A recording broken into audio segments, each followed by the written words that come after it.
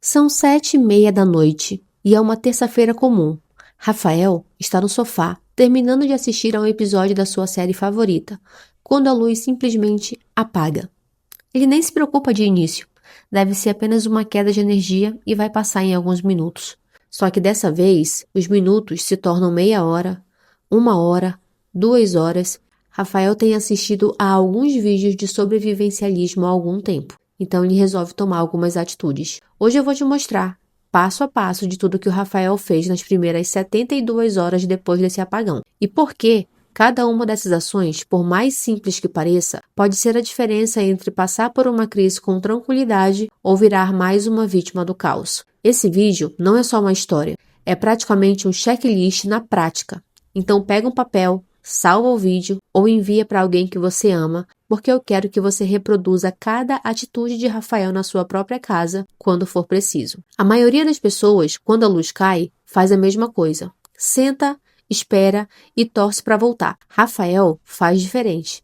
Assim que percebe que o problema não é só na casa dele, que os vizinhos também estão sem luz e que o sinal de celular já não pega direito, ele toma uma decisão rápida. Ele vai agir enquanto dá tempo. Ele sabe de uma coisa que pouca gente pensa. As primeiras horas depois de qualquer desastre são as mais calmas. As ruas ainda não estão vazias. O comércio ainda está de pé e praticamente ninguém saiu de casa para se abastecer. É exatamente essa janela de calmaria que ele vai aproveitar. Rafael procura sempre ter dinheiro vivo em casa, para emergências como essas, porque sem eletricidade, o Pix e as maquinetas de cartão não funcionam. Ele pega o seu carro e vai até o mercado mais próximo. Não um supermercado lotado no centro da cidade, mas um mercadinho de bairro, rápido e sem fila. E ali ele não compra por impulso. Ele compra com estratégia. Ele começa comprando comida enlatada e não perecível. Atum, sardinha, milho, feijão em lata, extrato de tomate. Esse tipo de comida dura meses e às vezes anos e não depende da geladeira e nem de fogo para ser consumida em uma emergência. Ele também pega sal em quantidade. Esse é um detalhe que praticamente ninguém lembra. Se a energia cair de vez, tudo que está na geladeira e no freezer vai estragar em poucos dias, mas com sal é possível salgar carnes e prolongar a conservação por bem mais tempo. Uma técnica usada há séculos, antes mesmo da eletricidade existir. Também pega água porque vai ser fundamental na sua sobrevivência nos próximos dias. Fósforos, velas e isqueiro reserva também estão no seu carrinho. E pilhas de diferentes tamanhos. Rafael também passa em uma farmácia. Nunca se sabe quando vai precisar, mas é sempre bom ter medicamentos em mãos. Então ele reforça o estoque de itens essenciais: analgésicos, antibióticos, soro fisiológico, curativo, antitérmico, repelente e um kit de primeiros socorros completo. Ele sabe que em uma emergência hospitais podem ficar sobrecarregados ou até mesmo inacessíveis, e qualquer machucado ou mal-estar precisa ser resolvido dentro de casa. E depois ele volta rapidamente para casa. Enquanto Rafael estava resolvendo tudo isso, a cidade estava em um estado em que os especialistas chamam de estado de dormência. A maioria das pessoas ficam trancadas em casa, esperando notícias, acreditando que amanhã tudo vai voltar ao normal. Esse comportamento se repete quase que de forma idêntica em qualquer grande crise ao redor do mundo. E é exatamente por isso que essa primeira janela de tempo é tão valiosa. Quem age rápido, enquanto os outros só esperam, sai na frente. De volta em casa, Rafael não para. Ele sabe que comprar os itens é só metade do trabalho. Agora é hora de preparar o ambiente. Ele enche todos os recipientes de casa com água. Banheiras, garrafa PET, pote de vidro, até a jarra velha que estava esquecida no fundo do armário, ele enche de água. Ele faz isso porque entende o detalhe técnico que a maioria ignora. A água que sai da torneira, na maior parte da cidade, não desce por gravidade, ela é empurrada por bombas elétricas, que vêm direto das estações de tratamento.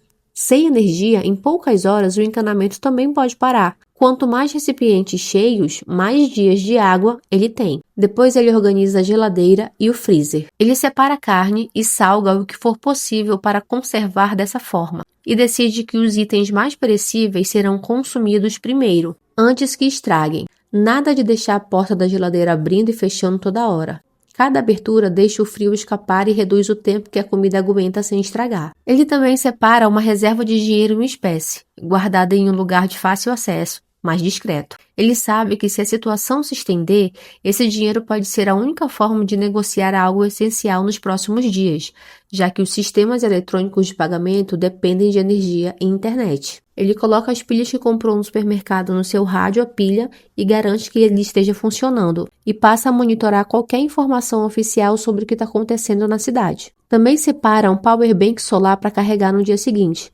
Ele comprou esse item há meses pela internet. Com essa power bank, ele consegue utilizar uma luz artificial, já que ela vem com uma lanterna embutida, e também consegue manter alguns eletrônicos carregados, como seu celular, por exemplo, para tentar algum tipo de comunicação quando as coisas normalizarem, ou até mesmo para entretenimento de joguinhos no dia a dia. Esse é um dos itens que Rafael queria comprar há tempos, e o apagão só reforça que era a hora certa. Então, nas primeiras horas, enquanto a vizinhança ainda está no escuro tentando entender o que aconteceu, Rafael já tem água, comida, remédios e energia reserva para o celular e um plano. Ele não fez nada extraordinário. Ele só não perdeu tempo esperando. 48 horas a cidade começa a se mover. Passaram-se 2 dias sem energia.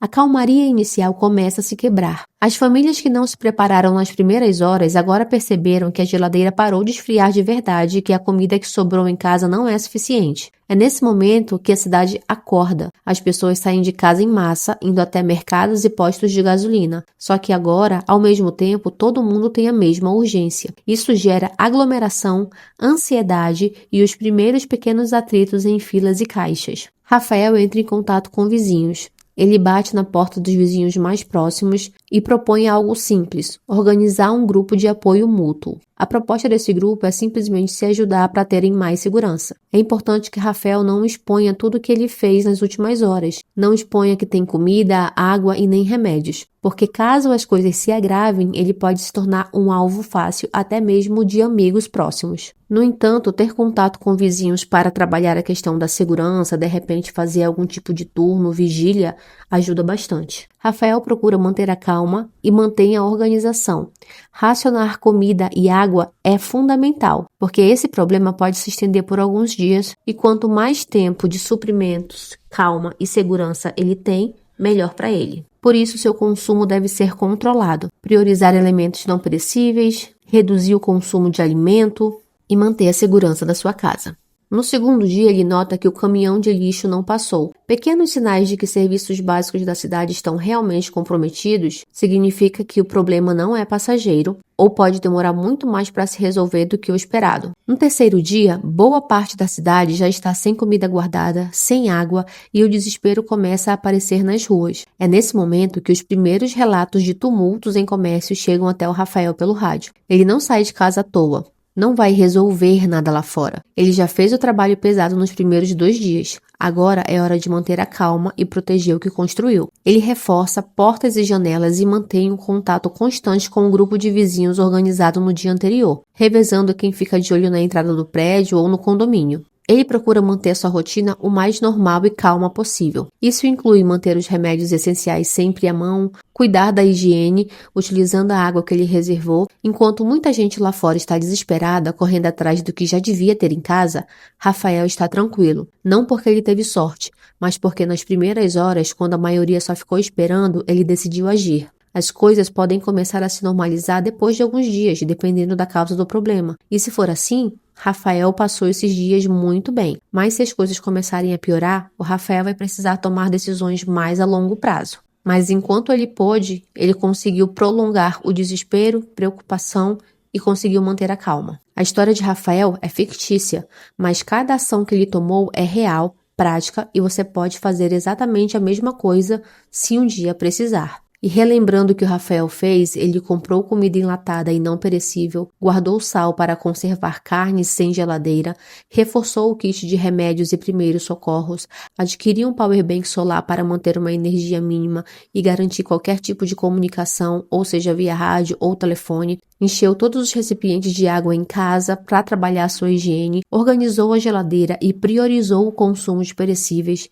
separou o dinheiro em espécie, teve um meio de comunicação como seu rádio a pilha sempre por perto, criou uma rede de apoio e segurança com os vizinhos, controlou o consumo dos recursos ao longo dos dias e manteve a casa protegida e também a sua saúde mental, mantendo a calma. Nenhuma dessas ações exige que você seja um especialista, nem que gaste uma fortuna. A maioria delas você pode começar hoje mesmo, com o que já tem em casa, e completar aos poucos ao longo das próximas semanas. A pergunta que fica é: se a luz da sua cidade apagasse agora, nesse exato momento, o quanto você estaria preparado para isso? Deixe aqui nos comentários se tem alguma ação que você acha que Rafael deixou de fazer ou que fez errado ou que pode melhorar. Porque quem sabe dizer quando a gente vai passar por uma situação de desastre ou emergência social? Curte esse vídeo e se inscreve no canal se ele foi interessante para você e compartilha com alguém que você ama para que essa pessoa também saiba o que fazer em situações como essa. Até o próximo vídeo.